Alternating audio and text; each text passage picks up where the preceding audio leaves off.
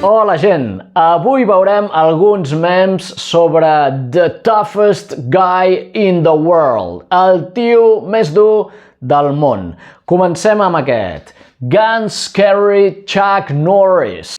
Gun vol dir pistola o qualsevol arma de foc que s'assembli mínimament a una pistola, com per exemple aquestes d'aquí. El verb to carry vol dir portar o carregar. Guns carry Chuck Norris. Les pistoles porten en Chuck Norris for protection. El que diuen els americans, que porten armes per protegir-se, per seguretat, doncs aquí són les armes les que porten en Chuck Norris for protection, per protecció.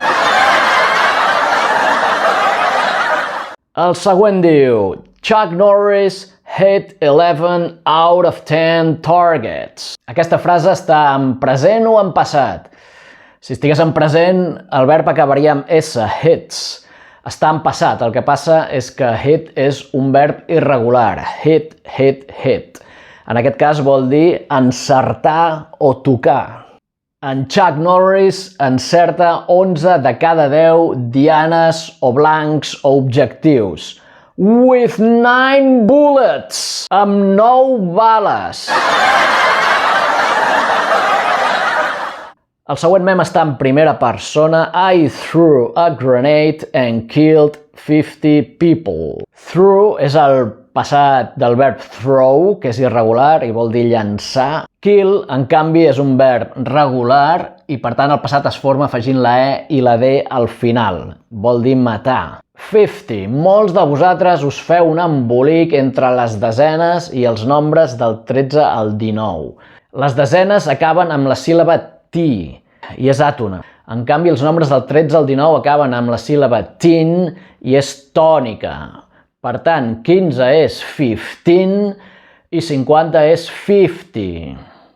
People és el plural de person. Vaig llançar una granada i vaig matar 50 persones. And then the grenade exploded. I després la granada va explotar. En aquest meme no hi surt en Chuck Norris, però ens diu que hi va ser. Chuck Norris was here. Was és el passat del verb to be. En Chuck Norris va estar aquí. And he chose scissors. En el joc de rock, paper, scissors, pedra, paper, tisora, la pedra, rock en anglès, roca, guanya a les tisores.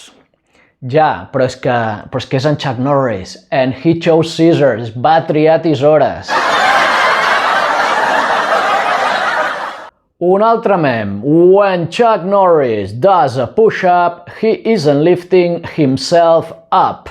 To do push-ups, aquí ho han tallat però s'escriu junt amb guionet. Push-ups són flexions. To do push-up, fer flexions des del terra. Verb to lift, aixecar. Quan en Chuck Norris fa una flexió, no s'està aixecant a ell mateix. He's pushing the earth down. Està empenyent la terra cap avall. I per acabar, un meme que no està gaire ben fet perquè li tapen els ulls.